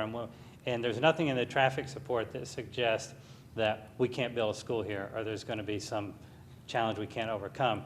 We just aren't presenting the results of that traffic report until, I think, next meeting. But I wouldn't want anybody to think that that traffic report is going to include anything that would alter our overall path on the project. Yes, just one follow-up question. Yes. So Scott, this scenario here, compared to the original June 6 cost estimate, so are you saying this can be done within that same cost estimate? No. So then the question is, how much additional costs would this scheme add? It would take it would be unfair for me to attempt to provide you, or inappropriate for me to attempt to provide you a number. We just want a couple of weeks to look at all of the details of that, because as John pointed out, this scenario does include all the preschool classrooms, but they're built brand new in this scenario. And the footprint of the new space is larger in this scenario than it was in the budget we presented. So we would just need some time to take a look at that to determine what that amount would be. John? Just, so if I go back to the cost estimate, what kind of renovations were in that cost estimate for the 1950s building? We had assigned $3 million to sort of light renovations and some additional fit out of the existing 50s building. And five of those preschool classrooms exist now, so we weren't going to touch anything for those. It included the money to subdivide the dining space into 3 areas. The upstairs classroom that's now utilized for special education was going to become a preschool classroom. The art classroom was going to become a preschool classroom. The open area right outside the auditorium that's now used for choral was going to become a preschool classroom. And the open area at the opposite end of that upper second floor corridor was going to become a preschool classroom. And that's sort of how we got all the counts up without spending a lot of money on the building. So there was no particular renovation of the gymnasium or the auditorium? No, it included, the assumption was it would be a very, very light renovation to that building, new roof, some new windows in some locations, but a very light renovation of that building, because the majority of it was constructed in 2002, and at that time, some renovations were done to the remainder of it without doing very much to the Z-shaped building. So but that 50s and 2002 portion, the connector is in much better shape than the Z-shaped building. So it was our proposal that since it was relatively good shape, there was space available there to declare it a preschool, that it was a really economical way to capture those 13 classrooms. Yeah, Scott, maybe if you could, I mean, I understand you're going to maybe come back with some numbers about the difference in costs of this option versus the other. Could you just take a couple minutes maybe and talk a little bit about any other thoughts you had about disadvantages or advantages to this option versus the other one? Well, in the option that assumes all the major construction is pulled up close to the existing building, it is going to trigger a requirement for us to do comprehensive renovations to that existing building. And by that I mean, for just as one example, that building wasn't fully sprinklered when the renovations were done. And the only thing that would trigger fully sprinkling it is if we do something like connect another building to it like this. And there are a variety of different electrical, mechanical, plumbing, compliance things we'd have to address. So it would turn that into a comprehensive renovation. And so there's a cost impact, but cost impact aside, when we place the building here, you still need a drop off on Winthrop Street.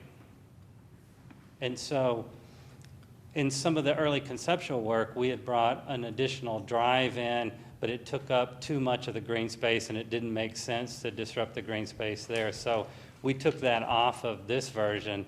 And so even in this version, we're suggesting that the drop-off really needs to occur, and understanding that for years the drop-off has occurred in this corner and along Concord Road for the building. It would need to continue to do that, but it's likely that because this would be that main new facade, that more entry would be occurring on this side. So we're assuming primary drop-off would occur here, which just seems a little bit remote from a main entry location here. So and we had an option, a conceptual option, you may recall, as I mentioned earlier, that turned the corner, but that even kind of starts to turn its back even more on Winthrop Street. So those were some of just the configurational challenges. And once we push a building back against it, keep in mind that we're landlocking a lot of these interior spaces where they don't have any daylight. That's why we've turned all of this into dining space in this scenario. So it's a large open space that we can keep contiguous along an exterior wall without landlocking a space without any natural daylight. I think one of the advantages to this is it maintains that green space all the way to Winthrop Street, but at the same time, it doesn't maintain that full-size athletic field that we have today. It still has, the softball field and a reduced-sized ball field. It just adds some green space over to Winthrop Street as opposed to maintaining that whole full-size field. Sure. Yeah, you're correct. But just, if you had another question, go ahead. No, I'm done. Thank you. No, I'm good for the moment. And John? But I understand that point that Steve made, but again, I would explore using that kind of informal parking area. I mean, if we incorporated that into it, does that change the configuration of the kind of spaces that we could use in terms of the ball field and in terms of the soccer field?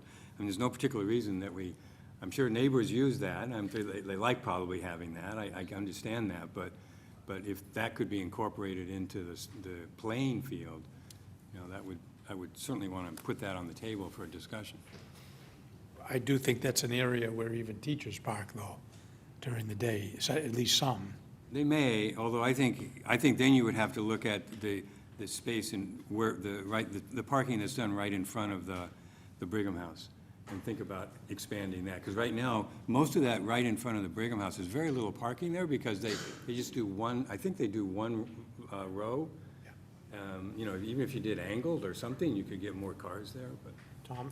If you incorporate that part of the parking lot, or makeshift parking lot, that's gonna bring a whole host of other residents from the Right. community, because they use that at night, and then during a snowstorm, you'll be taking additional parking away from the community. So I think that's problematic too. And I still don't think you get a full ball field. That's why it doesn't Yeah, I look don't like think you can you get a still full- get the full-size field, yeah. Major trees, and that is also used for parking for the Brigham House visitors. Can I just have one follow-up? Yes. The gym that's shown there in green with the dotted lines, is that, if, in this scheme, don't we envision the existing gym, the current gym in the 50s edition, to be used by the Hosmer School? So would there be two gyms, or just? It's a reminder to us that if you wanted two gyms, that you have to think about where that additional gym occurs. And so, yes, if you did want to keep two gymnasiums, then somewhere in that configuration, you have to know that that footprint's going to need to get slightly larger, and it represents that size space. So why would this elementary school need two gyms? It would not need two gyms. The only reason we had included, even in keeping the existing and adding a new gym, is because if you don't push the building all the way back against the existing Hosmer, that gym is going to become very remote for the students in the new elementary school to have to go to. That's one of their biggest complaints now about the current Hosmer. And so, in the proposal for the new building, we said, okay, it'll have a full-size gymnasium, and the one in the existing Hosmer will continue to serve the community because it's used a lot by varsity and other community groups. In fact, of all the elementary schools we went to, probably because it's the best gym, but it's by far used more than any of the other elementary schools to support other school and community functions. So it seemed like a bonus to have two gyms on the site. Yes, sorry. So I think, and one thing that we didn't get to is the other two buildings, and I think we have to remember that we are going from a very small gym to a much larger gym, so we're already getting a little bit more gym space as the look at the entire project. But I wonder, given the fact that we're trying to build this early childhood center, and I do like it being tucked back. I must admit, it is my preference to not have it being as close to Mount Auburn as maybe the proposal is. But really, we're only gaining the use of the gym, because you can't use the cafeteria, because that's going to be used for the preschool, correct? Well, I think that if you wanted us to evaluate this scenario, we wouldn't place the preschool there because, for example, that's what I was pointing out earlier. Once we push the building up against that existing building, we're going to landlock a lot of that area. You're going to have a large volume with no exterior walls. And so we would choose another location at that point for the preschool classroom so that they weren't occupying a space that had no windows. And that's why you start to see them, even in this plan that was just conceptual, you see them start to creep out into the new construction area because we probably wouldn't place them in that particular area. We would go ahead and use that as an extension of dining. This is very conceptual design. If we were going to evaluate that, though, the preschool classrooms, some of them would likely migrate into the new construction versus being the existing building. Right, which you pointed out will increase the cost of the project, because you're building more classrooms in the structure. Yes, it will increase the cost. I would point out there's a bit of a trade-off, because keep in mind, we're now taking over that dining space, so we're not building as much new dining space in the new construction. That's the reason I wouldn't want to say exactly what the cost is until we have a reasonable chance to look at all the factors that would be impacted. Just for example, we'll have to take a look at the comprehensive renovation of that existing 50,000 square feet versus the light renovation that we had previously proposed. And one other thing, one other thought is, and again, I'm not making a position statement, but having a freestanding early childhood center has some appeal to me as the leader of the schools, just because it does separate it out and creates a space that becomes unique and independent, which I think is one of the things that we were trying to get at when we had the discussion around an early childhood center. So it does have appeal to be freestanding and on its own. Are there any other comments? Given the fact that we have a lot of questions, I'm going to ask Vinnie if, So I'd like to make a motion to have AI3 look at options for and cost estimates for doing a scheme like this, page 7, for the Hosmer School, and present that to us at the August 15th meeting. is there a second? Second. Discussion. All those in favor? Aye. Opposed? The ayes have it. Let me, okay, we're going to take a step back here.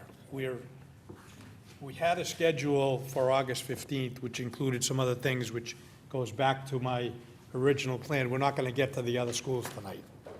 So we're already, in August 15th, we were going to be updating plan designs. We were going to do a traffic report presentation, and we were going to talk about site permitting and stormwater.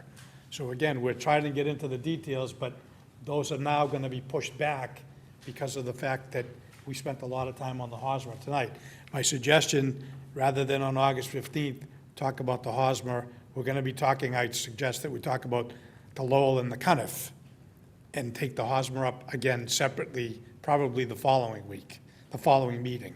So that's how I think we're going to structure the next couple of meetings, because there are a lot of things that came up this evening, and, I want to give them a chance to take a look at what we talked about. So the schedules, and we'll touch on the schedules later, but I think I'm going to stop the presentation of Scott's firm this evening, and on August 15th, we're going to take up the Lowell and the Cuniff, and nothing on the Hosmer, because we want to dedicate the time to those two schools. So if everybody's okay with that, John?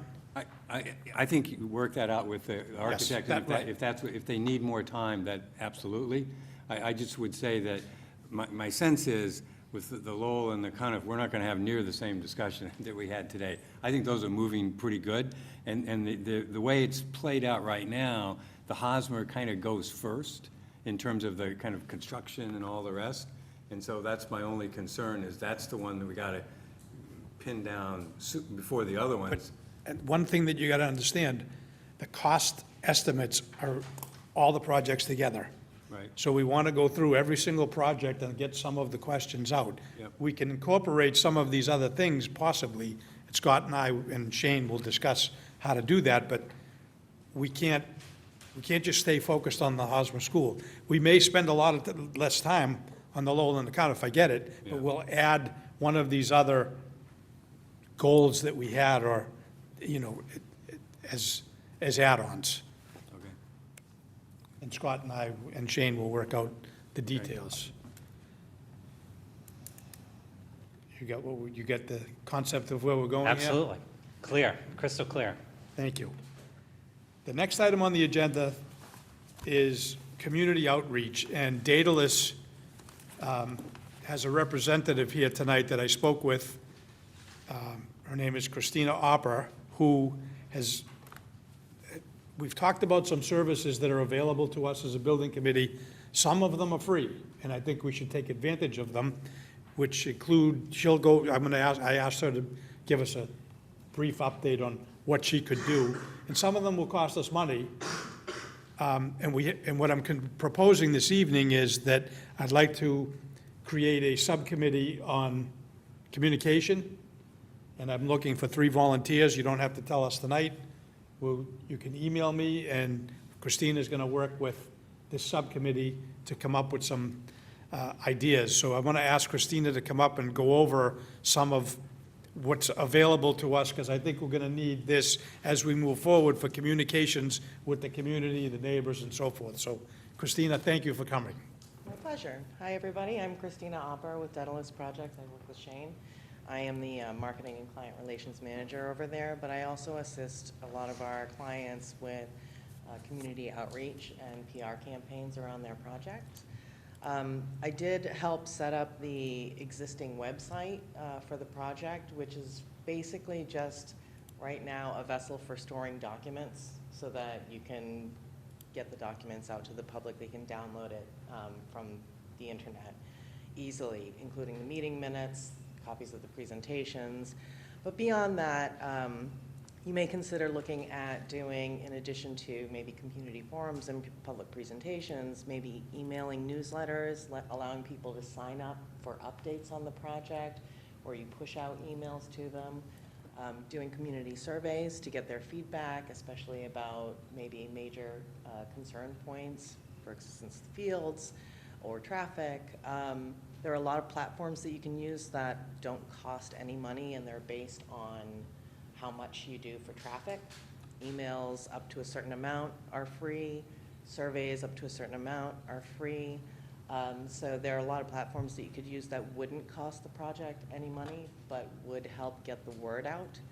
I can get into more detail about that with a communications subgroup. I would recommend that you have a communications subgroup that is within the building committee, but is focused and a main contact for us to work with, so we can turn things around quickly, and when necessary, go back to the full building committee if there's something that's a cost implication or a direct project implication that we want to address with the full committee. Does anybody have any questions for me? Anyone have questions? Okay, well, thank you.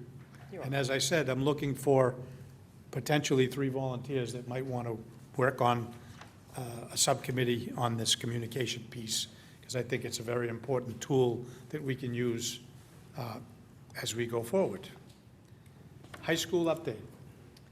Excellent. Yes, so we are moving through the eligibility period. We have met all of the deliverables in terms of the timelines. We have 2 more, we have 2 more things that need to be done in the process. One is to submit the maintenance plan, which has already been completed. We just have to submit it to the MSBA, as well as funding the feasibility study. So those are the 2 major pieces left in eligibility. One thing that we have a team of people going to the MSBA on Friday to go over enrollment projections. We submitted an enrollment report to the MSBA. They have taken our feedback, but have also done work on their own in terms of enrollment projections for Watertown. So Friday is our opportunity to hear what their projections are and to provide feedback based upon the context of Watertown. So that's the next major step that we have in the process. So that's this Friday at 10:30 at the MSBA. And then we move forward, submit the maintenance plan, figure out the funding of the feasibility study, and then we move out of eligibility as long as the MSBA gives us the seal of approval. So moving forward. Thank you. Just quickly before we get to schedules, I placed in front of everybody this evening the WE3C's recommendations for site design. I also forwarded it to Shane and Scott, a lot of these things that they've already been thinking about. Meredith is here from WE3C, and she wanted to say something about it, so if you don't mind, come on up.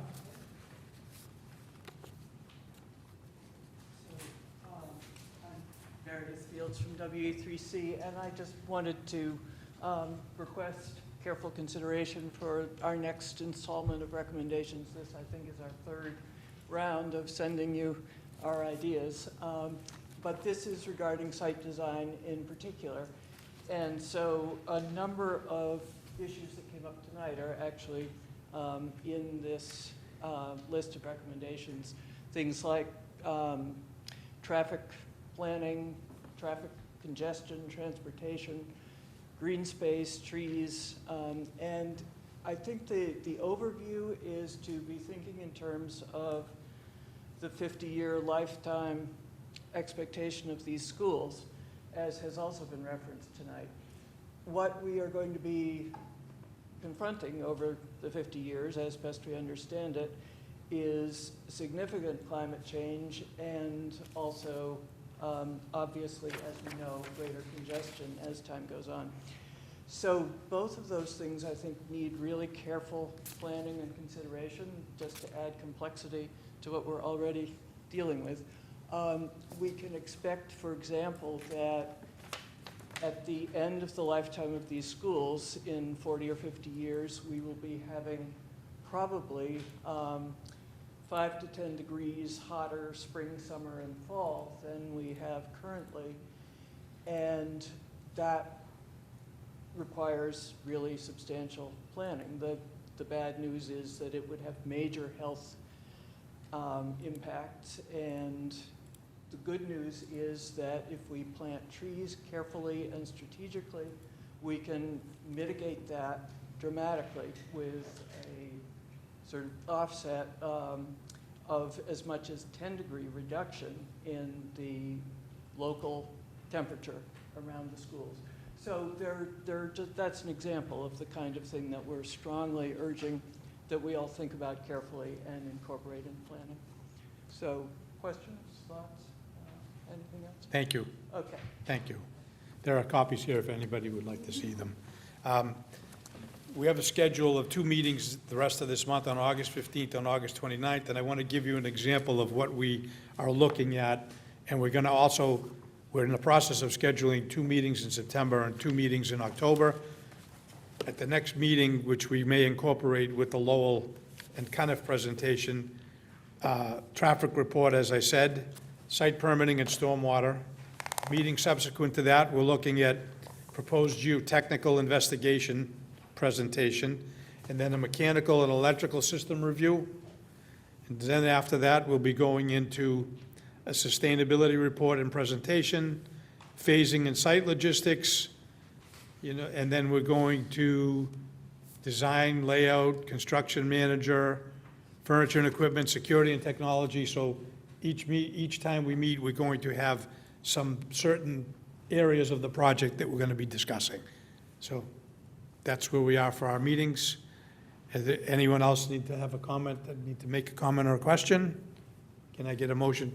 Yes. Would that be included in the minutes, Mark, so we all kind of know? Only because the dates are not going to, Well, we can all blank out the dates. No? Okay. not yet. Shane and I, some of the dates in September and October aren't working, so we will put it out. As soon as we get it, we'll put it out. And again, this is subject to change, because as you saw this evening, when certain things come up, we may be changing and putting things I'm not off. so much concerned about the dates, more about the continuity of information. Okay. Can I get a motion to adjourn? So moved. Is there a second? Second? All those in favor? Aye.